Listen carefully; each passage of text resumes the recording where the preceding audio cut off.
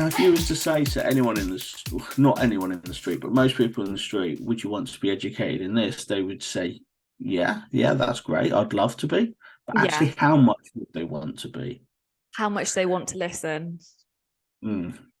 And that's, I think, really key because, yeah, I really want to do it, but I'd rather watch, TV for an hour. Yeah. I would rather do this, and how many things that would go in front of that is too much, and that's why people, I think, aren't listening. They're not taking that step to get involved. Mm-hmm. And I think there's also a level of uncomfortability about it.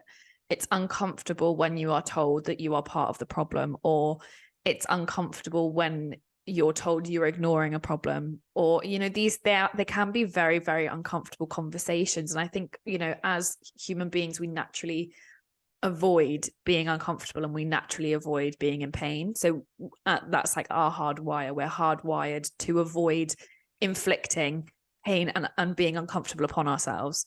So when you're right, when you're given the option, do you want to watch Netflix for an hour, or do you want to learn about disability and how you might be part of the problem? 9 times out of 10 people are always going to say Netflix because they don't have to think about it. Whereas learning about disability sometimes can be quite jarring, and you're realizing that maybe average Joe blogs might be a part of the problem, which could be you. Yeah, and let's face it. I mean, if you stand by and see something that is wrong Mm-hmm. and you ignore it, you are part of the problem. Yeah. That's not talking about not limiting it to disability inclusion. That can be absolutely anything. Yeah. So yeah, and I always try to have as many people with different lived experiences in the groups and things like that as well. Yeah. So people, it is such a good learning point for people to come in, be involved, listen to lots of different people's point of views. I'll change the word, but yeah, That is, again, like, what an important piece of like valuable information is that.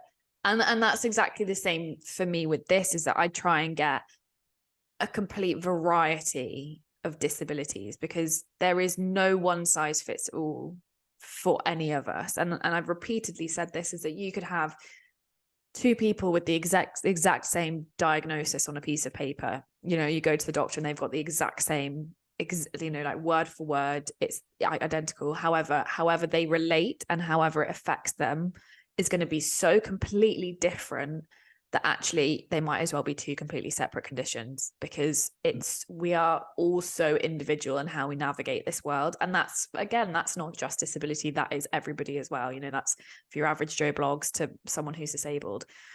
It doesn't, everybody's very individual. But disability in and of itself, because for so long it was left as like one homogenized group, people seem to think that it's one lived experience, and the reality of it is that it's so different for everyone.